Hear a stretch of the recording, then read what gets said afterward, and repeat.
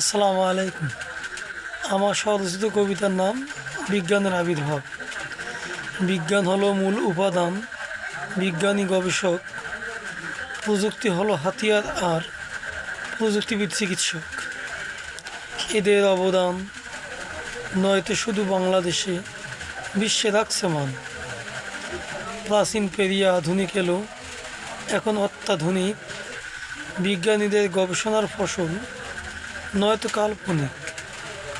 ইটের উপর ইট দিয়া আজ গড়ছে ইমারত। ইন্টারনেট, ইমেইল, ফ্যাক্স, কম্পিউটার সবখানেই তার হাত। বিশ্ব এখন হাতের মুঠোয়। ফেসবুকের মাধ্যমে মেসেজ ইনবক্স খালি হলেও ড্রাফে সব জমা। মাত্র 26টি অক্ষরে মনের ভাব আদান প্রদান রাখছে সবাই বন্ধুত্বের মান নেটওয়ার্ককে ঘিরে।